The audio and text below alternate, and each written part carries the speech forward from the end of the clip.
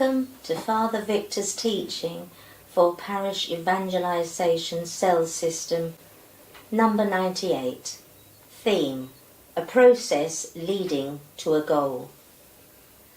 In Luke's account of the two erstwhile disciples on the way to Emmaus, Jesus walks with them, who have failed to grasp the meaning of all that happened to him, and are therefore leaving behind their brothers and sisters in Jerusalem.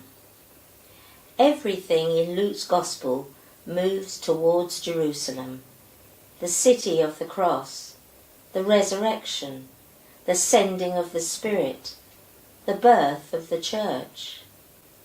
Thus, venturing away from the centre, they are evocative of all us sinners who, to varying degrees, wander on wrong paths. Wanting to accompany them, the risen Lord walks with them in easy fellowship, even though they are going the wrong way, and he gently asks these two wayfarers questions and listens patiently to their version of events and their unmet expectations. Then, gently but firmly, he proclaims an incisive and decisive, authoritative and transforming word to them, leading them to interpret the events they have experienced in the light of the Scriptures. As evening falls, he accepts the invitation to stay at their dwelling. He enters into their night. As they listen to him speak, their hearts burn within them, and ultimately their minds open as he shares the bread of life. They recognize him in the breaking of the bread. Without delay and without fear, they themselves choose to resume their journey in the opposite direction, to return to the community in Jerusalem and to share the experience of their encounter with the risen Jesus. Discernment and accompaniment are buzzwords that are in wide circulation throughout Pope Francis' Catholic Church, and that's not surprising. Key themes sounded by each pontificate are picked up quickly by the Church as ways of focusing Christian witness in whatever manner the Holy Father believes needs special emphasis. So it was with John Paul II's focus on the culture of life and Benedict XVI's concern about the dictatorship of relativism.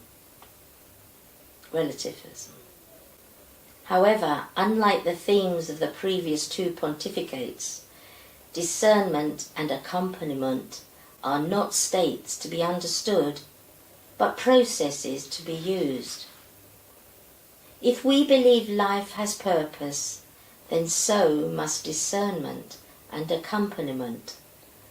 And when we discern, we must know what it is we are looking for. When we accompany, we must know the goal of the journey, so that we are able to identify, approve, and support only what leads to the goal.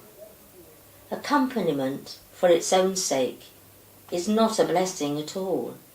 It is simply a betrayal in the name of the risen Jesus.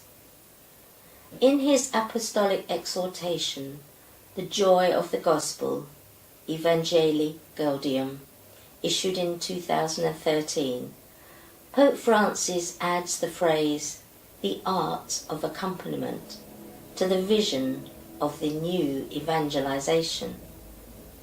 The Church will have to initiate everyone, priests, religious and laity, into this art of accompaniment, which teaches us to remove our sandals before the sacred ground of the other.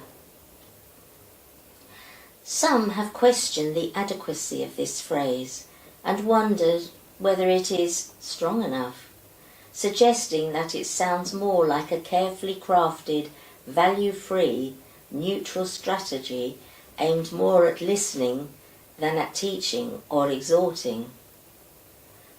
Pope Francis introduces this phrase in chapter 3, the proclamation of the gospel, under Luke 24:13-35. The joy of the gospel, paragraph 169. The fourth section, evangelization and the deeper understanding of the kerygma. Within this context, it is clear that accompaniment is a means to the end of evangelization, not accompaniment for accompaniment sake. The Holy Father explicitly states, genuine spiritual accompaniment always begins and flourishes in the context of service to the mission of evangelization. He beautifully explains, spiritual accompaniment must lead others ever closer to God. To accompany them would be counterproductive if it became a sort of therapy supporting their self-absorption and ceased to be a pilgrimage with Christ to the Father. Accompaniment and apologetics, and are not mutually exclusive, but mutually implicative. Both are in perfect harmony with Pope Francis' insistence on walking with those who struggle with the faith, and plainly illustrated by the account of Jesus' conversation with two former disciples on the road to Emmaus. The word accompaniment comes from the Latin cum pane, with bread. As the account of the Emmaus disciples shows us, accompaniment requires not just availability to walk a stretch of road together, establishing a significant relationship with someone. Rather, it points to break and share bread with that person, to give and to receive life. In the context of evangelization, therefore, true accompaniment goes beyond fellowship. It has to do with offering the bread of life. The Greek origin of the term apologetics simply means bringing a word to bear. It implies, therefore, offering direction.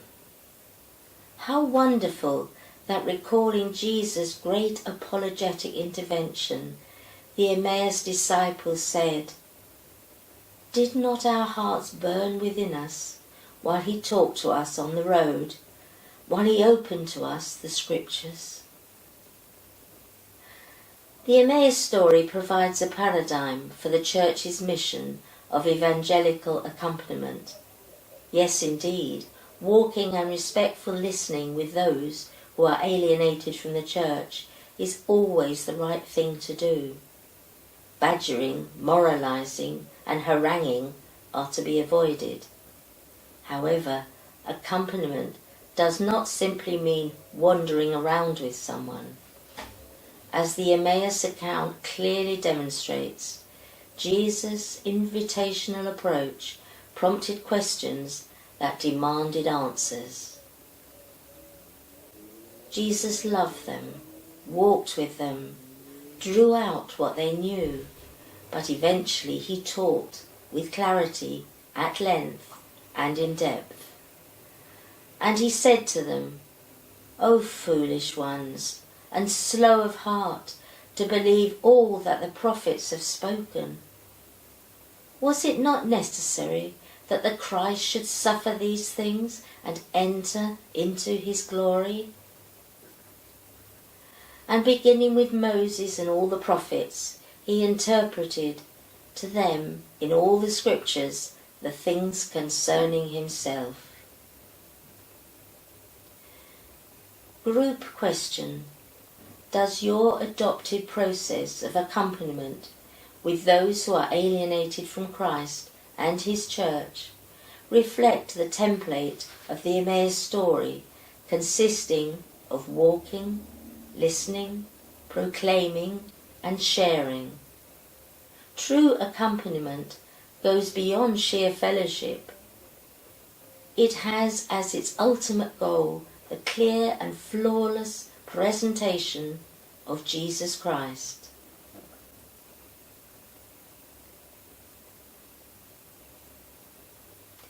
Thank you for listening.